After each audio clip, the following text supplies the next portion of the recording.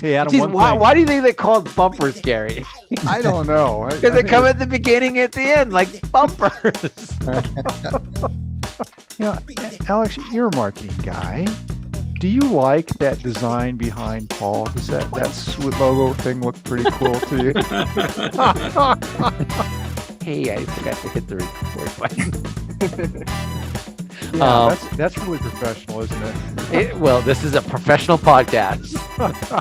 I met her in a parking lot and was handed two little Yorkies. And the only person I knew that knew Yorkies was Paul. So I called Paul and said, Paul. Sweet Talk is a weekly 20-minute podcast brought to you by the Continuing Education and Workforce Training Division of Idaho State University's College of Technology. Find us on Apple Podcast, Spotify, and SoundCloud, and subscribe today. Now it's time to get started with Sweet Talk. Hello, everyone. It's Paul Dickey back with the weekly podcast here at Idaho State University's Continuing Education and Workforce Training.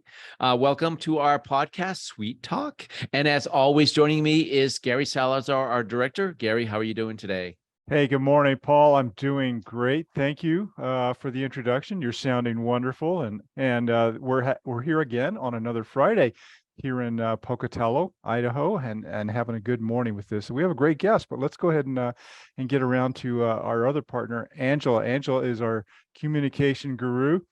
She does all the marketing. She helps us out on a lot of things, and she's a great person to have on board with our podcast too. Angela, how are you today? I'm doing very well. It's a Friday, so happy about that. I hope all of you are doing well as also.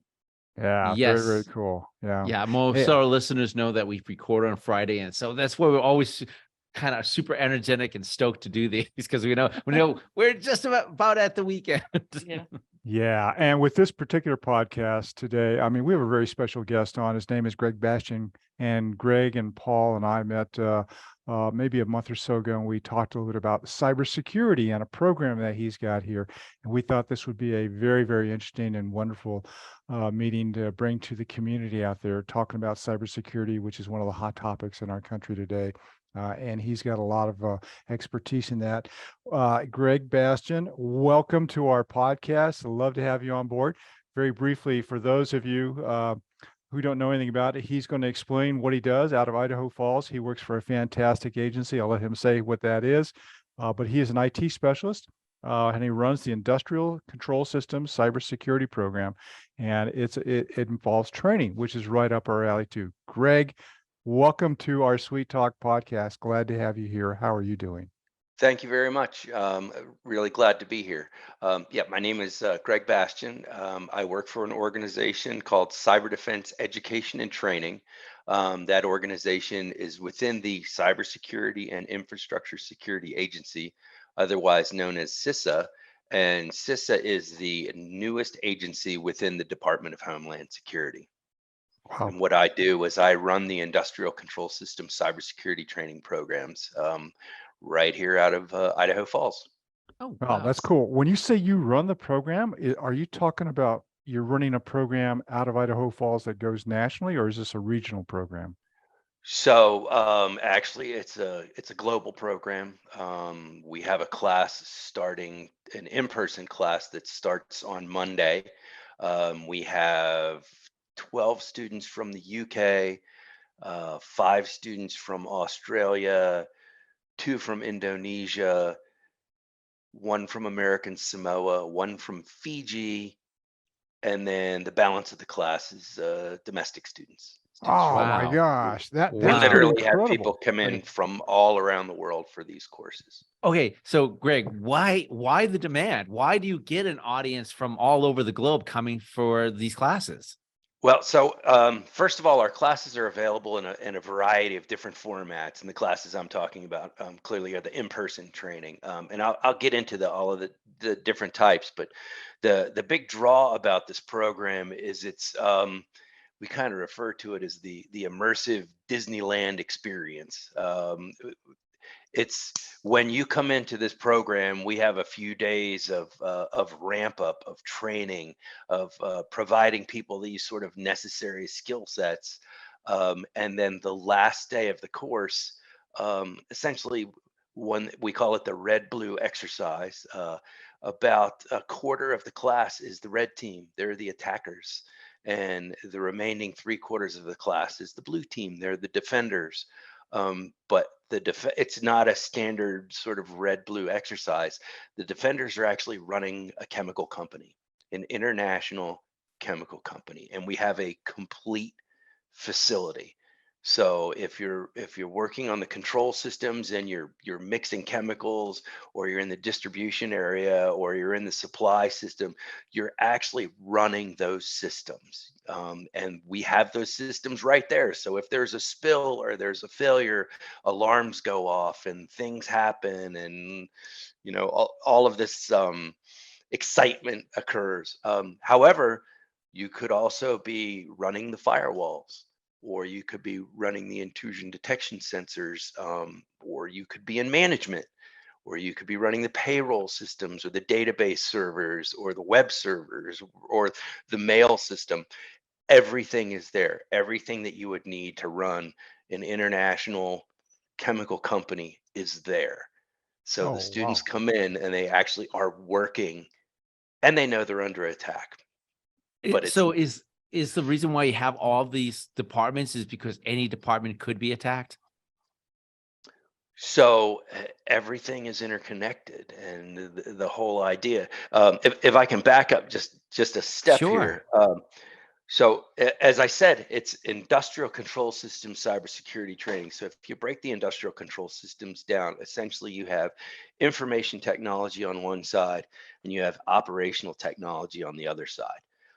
So information technology people traditionally follow what we call the CIA triad, right? The most important things are confidentiality, integrity, and availability. Um, so they're very into running the latest systems, and changing your passwords all the time, and patch, and implementing multi-factor authentication and all of these kinds of things. Whereas the operational technology side, essentially paramount is always safety, and then number two is operations. So there are these sort of conflicting priorities between the IT side and the OT side. And in many cases, these guys don't work very well together, and probably don't like each other that much, because they have these conflicting priorities. The other thing is that IT is sort of an expense, and OT is where the money is made. So they have a little bit of priority. Um, the flip side of that same coin is the operational technology systems. Once they're put in place, if they're working, they continue to use them. So you may not be able to patch your systems and get up to the latest versions, because they could be running on, Windows 7, or, Windows XP, or very, very old systems. There are systems out there that could be 50, 60, 80 years old, that simply aren't made to have the latest security functions put in. So what this environment does is it gets the IT guys and the OT guys to work together. And what we try to do is we try to get them to actually switch seats and work in the other, walk a mile in the other guy's shoes, if you will. Um, that is really one of the key functions of this program. This is very cool. So this is a face-to-face, hands-on program in your facility. How long is this training course that you're offering? 4 days. 4 days. Wow. And Yes, sir. all 4 days they are in this facility, and they're learning how to work with each other to defend against some kind of a hack against a industrial system that would be at some company, like a pump or Yes. a windmill or something like that, right? Or an entire system, because it's entirely possible that you could get in through a web server, traverse your way across the network, and ultimately get into the industrial control systems and compromise those systems. And Okay. that's what this training is about, is emphasizing to the students that it really is the weakest link in the chain. Now, let me just say that the in-person training is sort of the culmination of all of the training that's available. Our training is essentially available in three different modes, and the program was initially designed for owners and operators of systems, but it's available to anybody and everybody. Um, our initial program is what we call the virtual learning portal. Um, And the virtual learning portal is on-demand training that's available to anybody who wants to log on and create an account and take the classes. There are a minimum of 13 industrial control systems cybersecurity training courses available through the virtual learning portal. And if people are interested in finding any of these courses, you can simply Google ICS training available through CISA, and that's CISA. And that will bring you to the website that lists out all of the courses. It has links to the courses, to the course calendars, to the virtual learning portal. All of these things are available. Once a person has gone through the virtual learning portal, or if they just want to move on, we have some scheduled online courses that are available as well. The two main courses, and let me just say that we put a collegiate numbering system to all of these classes, but the reality is the collegiate numbering system doesn't really mean anything. It's just we've been doing it that way forever, and people recognize our courses based on the number. So we just won't change it at this point. The online courses that we have are called the 301V, the ICS 301V, and the ICS 401V. So the ICS 301V is actually a prerequisite for attending the in-person ICS 301L course. And the reason is the in-person training that we used to have pre-COVID was Monday through Friday from 7 a.m. to 7 p.m. So it was a really long, hard week. We would pretty much wear people out for that. When COVID hit and we couldn't do the in-person training, we started these online courses, the virtual, the scheduled online courses, the 301V and the 401V. So we've discovered that if we make the 301V a prerequisite, we could cut down the length of time for the in-person training by just spending that first day of the in-person training sort of brushing up on everything that people did in the scheduled online training. And there are a lot of skills that we teach people here. We're not teaching people how to be hackers. However, we do teach people how to run exploits. We do a lot of work with Kali Linux. We do a lot of work with Metasploit. We show people how these exploits are done. And the reason we do that is because in order to accurately be able to defend against something, you have to be able to understand how people attack it. The reality is compliance is checking boxes and ensuring that you've done things that you've done, but hackers don't really care that much about compliance. So we're teaching these skills so people understand how to defend against people with these skill sets. The Well, 401V, yes. is there a question? I'm glad you said that, because that was one of the thoughts that came to my mind. What would prevent somebody who wants to learn how to hack a system to take your courses and then come in through all three offerings and show up in person and then go away and try to hack something? I mean, are you not worried about that? Well, I mean, that's not our goal. Our goal is to teach people how to do these things, and we don't delve into the hacking side of things that deeply. However, it's very important that you understand the attack sort of Sure. methodology and the attack mindset in order to Right. be able to defend against it. Yeah, I understand that completely. Thank you for that. I mean, this sounds like an amazing course. Can I ask you, for the in-person classes, and you're getting people from around the world, Mhm. now they have taken the virtual and the online special classes, and somebody has screened them, or can they just show up? Do they get invited? So there's a course calendar. We typically post the classes about 90 days out. We run at least one in-person course every month. Mhm. And people have to apply essentially for the course and then be approved. There are a total of 42 seats available in the class. On the average, we're upwards of about 170 people that apply for the Wow. training. Wow. And then once a person is approved, we have, we have certain requirements that we have. Essentially, we need to get information on the people because they have to be vetted. These are secured facilities, Mhm. so the people have to be vetted and given Yeah, yeah, badge access to the facility. S- go ahead, Paul. Yeah, well, I was just wondering what kind of skill sets do they have to have as a prerequisite Mm. to take your courses? So, as I was saying, it was originally designed for owners and operators, but it's really open to anybody. We want people to have a pretty decent understanding of IT in general. However, there aren't any real specific skill sets that are required. There's an entire management cell.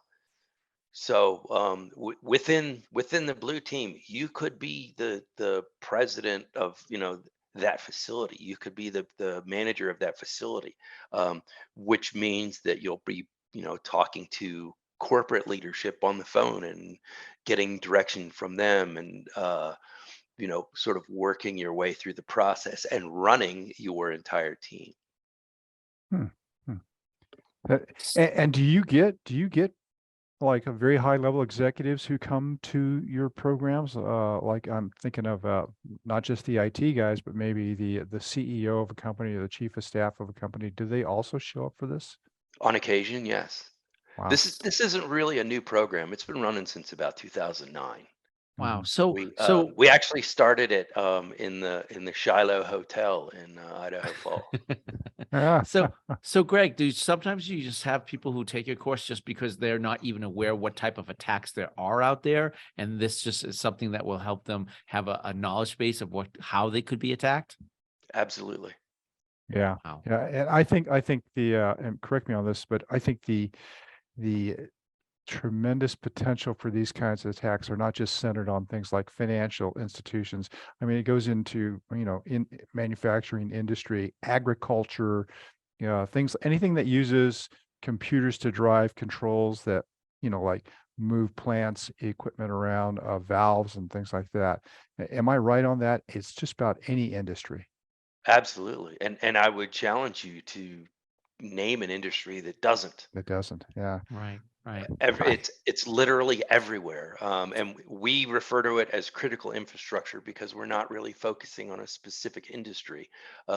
We're using a chemical plant as our training facility essentially, because it links together so many different types of systems. But there are every single type of system out there. I recently was in Salt Lake City for the Industrial Control Systems Joint Working Group meeting, and we had a presentation from somebody at the second largest airport in Canada. And he was talking about they have over 100,000 different integrated systems in that single airport alone. Hmm. Wow. Imagine that. Imagine S- trying to secure all of that. So, Greg, have you ever had someone who take your course that it was too late? Like they're taking a course or they're sending someone from their company to take their course because they've already had a hack and they go, well, we can't have this happen again. So a big part of the training is really the networking, getting people to work together. So the people who provide my training are all from the Idaho National Laboratory, and I can't say enough good stuff about them. Every single one of them is brilliant and motivated and knows exactly what they're talking about. But every single time we have a class, we come away with a new nugget. There's always a student there who had something happen or is aware Wow. of something that happened. Everybody brings their perspective, um, and that just allows us to present more information out to the students. Hey, have you ever thought of this? We had somebody in who had such and such happen. So it's a good learning environment for us as well as for them. So, Right. Right. so Greg, would you tell most people who have a business or company, it's not a matter of if, it's a matter of when? Absolutely. Mm. There's a time in the not too distant past where, it was, well, we're going to secure a system and we're going to be unhackable. Uh, That's just not realistic. And I think everybody kind of understands that now. It's really about resilience. It's about how do you respond? How do you recover? How do you maintain operations? Let's put things in perspective. If the power company were to get attacked and they had to shut down the entire power grid, what would happen? It would be Right, anarchy. right. So Yeah, it's yeah, really it's crazy. about maintaining operations while you're going through whatever it is that you're going through. Wow. Yeah. Hey, Greg, with the rapid advances in technology that we're seeing out here today, I mean, are you also adjusting to in the instruction that you present out there based on what you see as the new technology that's coming out, and then with current trends going into other high level of technology? I mean, where do you see cybersecurity going? Is it going to start taking advantage of things like AI is out there? It's real popular right now. Are there other things on the horizon? Where does cybersecurity go? So one of the big CISA initiatives is what we refer to as secure by design. And that is trying to get security built into the product, baked into the product. And that could be any product. It could be software, it could be hardware, it could be firmware. But trying to make security the forefront item when you're developing something, Mhm. not a bolt on at the end that, oh, well, I'm going to charge Oh, extra okay. for it. So Um, integrated it in the design. Absolutely. And then certainly within our training program, what I like to say is we don't have a like an upgrade cycle. Our courses continually evolve. As I said, if a Mhm. student brings in something that is like, wow, that's really interesting, we never thought of that. We weave that right into the course. It'll be in the next course. Wow. So we Wow. continue to evolve the Yeah. program Yeah. That with makes every sense. class. Absolutely. Hey, Greg, I'm sorry, but we are almost out of time, and I want to give you an opportunity to, if somebody wanted to reach out to you, or if they wanted to learn more about this, what would be the best way for them to contact you or learn more? Like, is there a website or a phone number that you'd care to share that they could reach out to? Yeah, I would say the best place to start would be to just go to www.cisa.gov. That is CISA.gov. There is a search feature in there, and you can, within that search feature, just do a search for ICS training available through CISA, or you can just Google ICS training available through CISA, Hmm. Hmm. and the training will come up. I would encourage anybody who's interested to create an account on the virtual learning portal and take those online courses. Um, interestingly, interestingly enough, the VLP courses, that account acts as an anchor. So once you have a VLP account, if you want to take any of the other training, everything circles back to that same account. That's how we track people. Amazing. So Yeah. create an account, take the courses. If you're interested in coming for the in-person training, we would encourage you to do so. Just let us know, and all the information is available right on that site. Great, great. Excellent. Thank you very much, Greg, for being here. For those of you who may have come in later on, this has been a wonderful discussion talking with Greg Bastian. He is an IT specialist running a very interesting training program, Industrial Control Systems Cybersecurity Program in Idaho Falls. Greg, thank you so much again for being here and sharing that wisdom in what you do. Angela and Paul, we have reached our limit. We are at the end, another Friday, another great conversation. I've learned a lot. I'm very interested in this You know, thing, but I we think got I'm to gonna go close it on the up. website as soon as we get off this podcast. I'm on the website right now, Paul. Okay. There you go. Greg, thank you so much for being on today. I really appreciate it. Angie, thank you so much as always. Gary, I can't do this without you, man. Hey. But if you want to go to our website to check out our offerings, you can visit our website at cetrain.isu.edu. If you have any questions and you want to reach out by email, that's cetrain@isu.edu, or you can give us a call at 208-282-3372. And if you like this podcast, please like, subscribe, share. We would appreciate it. Thank you so much, everyone, and be safe. Have a great day.